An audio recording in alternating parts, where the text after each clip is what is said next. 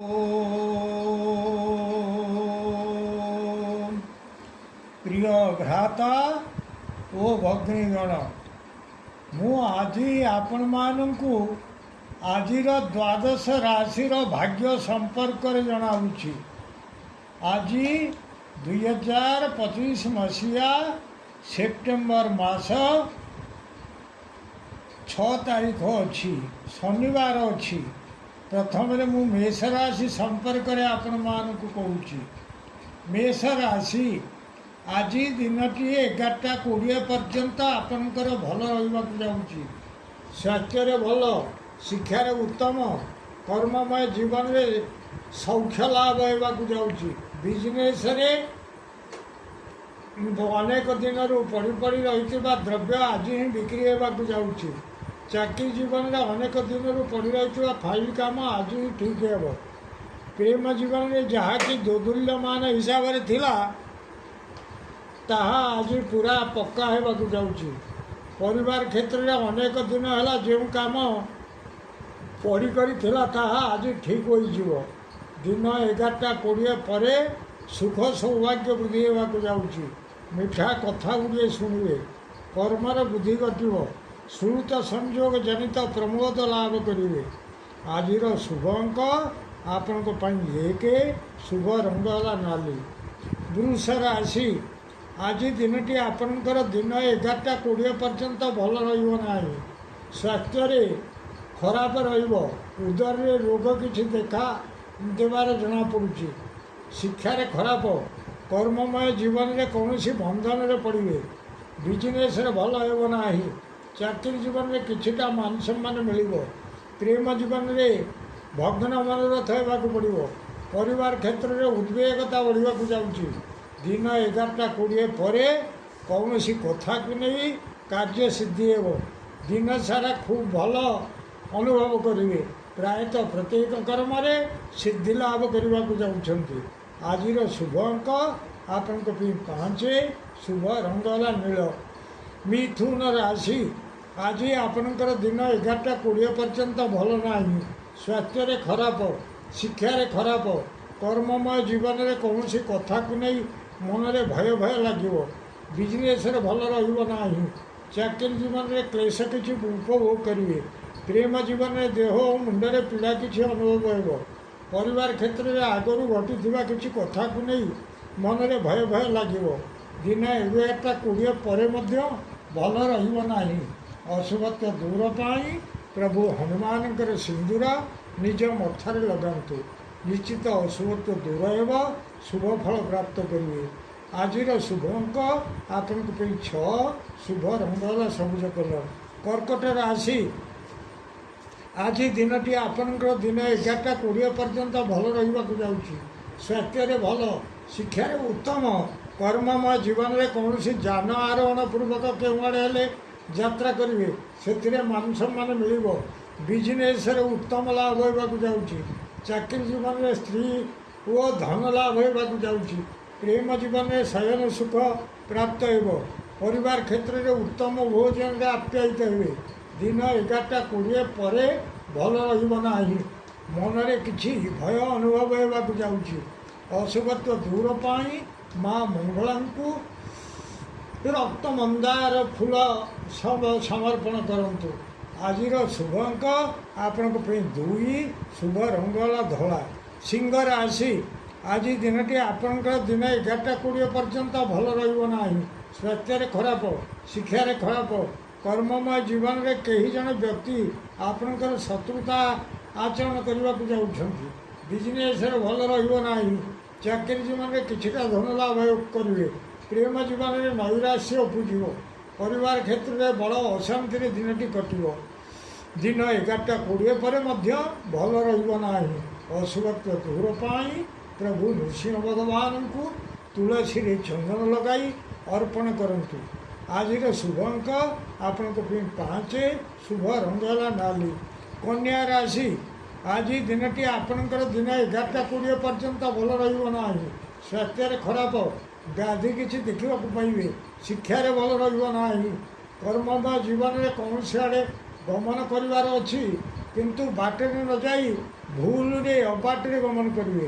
ବିଜନେସ୍ରେ ଭଲ ରହିବ ନାହିଁ। ଚାକିରି ଜୀବନରେ କୌଣସି ଖବରକୁ ନେଇ ଶୋକ ସନ୍ତପ୍ତ ରହିବେ। ପ୍ରେମ ଜୀବନରେ ଦୈନତା ଭାବ ପ୍ରକାଶ ପାଇବାକୁ ଯାଉଛି।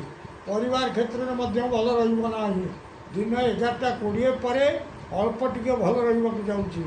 ଅଶୁଭତ୍ୱ ଦୂର ପାଇଁ ମା କନକ ଦୁର୍ଗାଙ୍କୁ ପୀତ ପୁଷ୍ପ ସମର୍ପଣ କରନ୍ତୁ।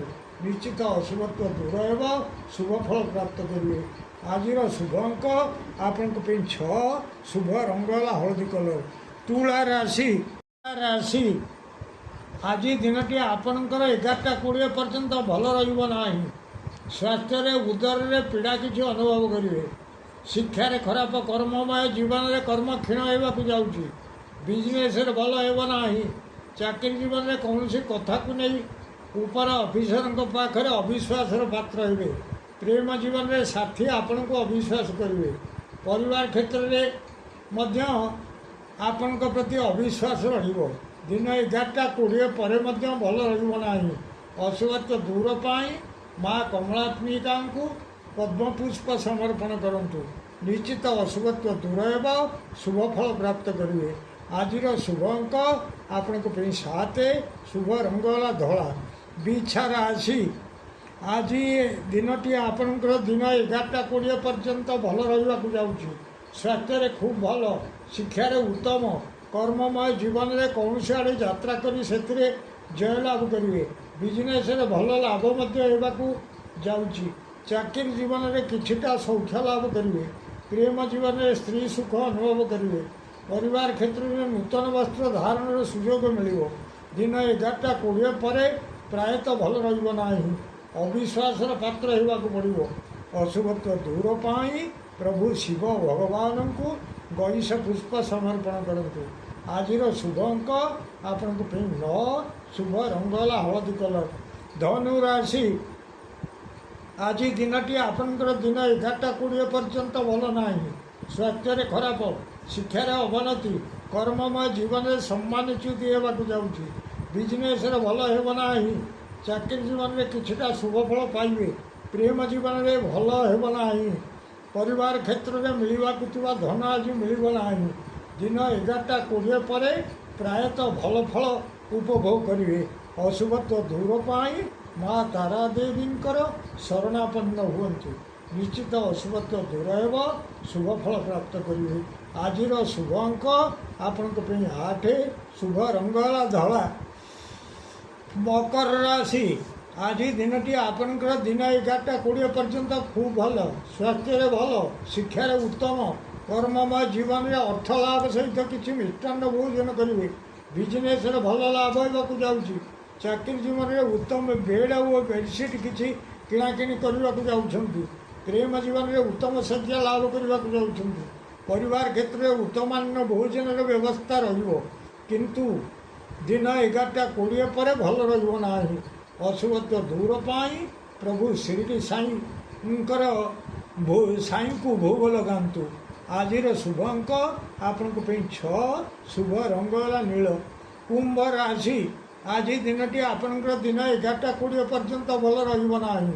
ସ୍ୱାସ୍ଥ୍ୟରେ ଖରାପ, ଶିକ୍ଷାରେ ଖରାପ, କର୍ମମୟ ଜୀବନରେ ମନରେ କିଛିଟା ଭୟ ରହିବାକୁ ଯାଉଛି। ବିଜନେସ୍ରେ ଭଲ ରହିବ ନାହିଁ। ଚାକିରି ଜୀବନରେ ଶ୍ରମ ବିଫଳ ହେବାକୁ ଯାଉଛି। ପରିବାର କ୍ଷେତ୍ରରେ ବ୍ୟୟବହୁଳ ରହିବ। ଦିନ 11:20 ପରେ ପ୍ରାୟତଃ ଭଲ ଫଳ ଉପଭୋଗ କରିବେ। ଅଶୁଭତ୍ୱ ଦୂର ପାଇଁ ପ୍ରଭୁ ଗଣେଶ ଭଗବାନଙ୍କୁ ଦୁବ ସମର୍ପଣ କରନ୍ତୁ। ନିଶ୍ଚିତ ଅଶୁଭତ୍ୱ ଦୂର ହେବ, ଶୁଭ ଫଳ ପ୍ରାପ୍ତ କରିବେ। ଆଜିର ଶୁଭ ଅଙ୍କ ଆପଣଙ୍କ ପାଇଁ 7, ଶୁଭ ରଙ୍ଗ ହେଲା କଳା। ମୀନ ରାଶି ଆଜି ଦିନଟି ଆପଣଙ୍କର ଦିନ 11:20 ପର୍ଯ୍ୟନ୍ତ ଭଲ ରହିବାକୁ ଯାଉଛି। ସ୍ୱାସ୍ଥ୍ୟରେ ଭଲ, ଶିକ୍ଷାରେ ଉତ୍ତମ, କର୍ମମୟ ଜୀବନରେ ସୁଖ ସୌଭାଗ୍ୟ ବୃଦ୍ଧି ହେବ। ବିଜନେସ୍ରେ ଧନ ସହିତ ମାନ ସମ୍ମାନ କିଛି ପାଇବେ।